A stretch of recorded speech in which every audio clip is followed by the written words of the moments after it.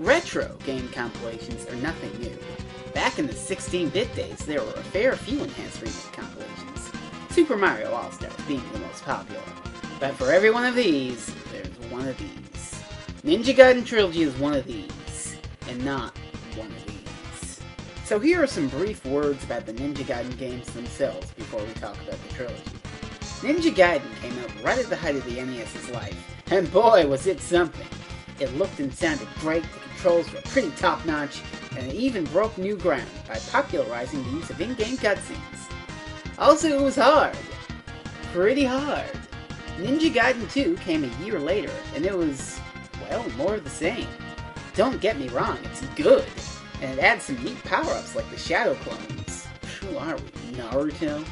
But they really do kind of break the game. It's the easiest of the trilogy by far, but it smooths out enough to make it my favorite. Ninja Gaiden 3.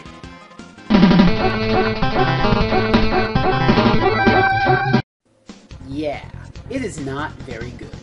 The American version was needlessly hard, the Japanese version was pathetically easy, the controls are broken beyond belief, Ryu makes that god-awful noise.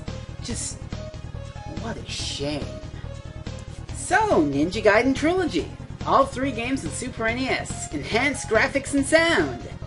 And this one's a bit of a minor gripe, so let's just get it out of the way right now. All this compilation has is the games. Nothing extra. Mario All-Stars gave us the Lost Levels, Mega Man The Wily Wars gave us Wily Tower, and Ninja Gaiden Trilogy, just the games. Well hey, at least they're good games, right? Barring that. Good games with enhanced graphics and sound. The graphics are okay. Nothing really to write home about, and that's kind of a shame. Going into this, you might be expecting a little more, but it really just looks a little more colorful. Adding to that, some graphical changes actually deter from the game.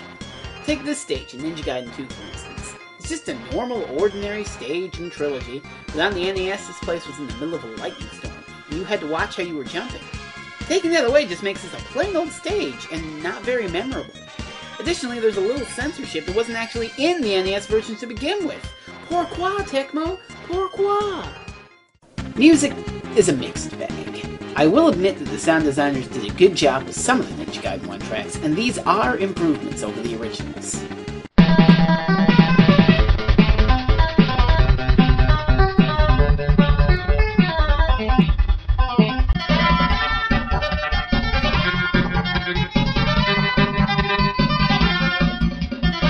Then you have tracks from the other games that are just... what?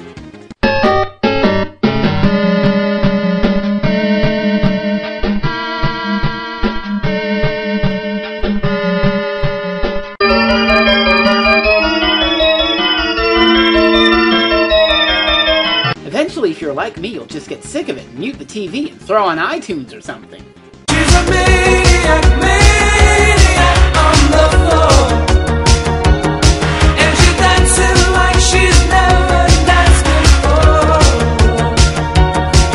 Here's another little thing that ticks me off.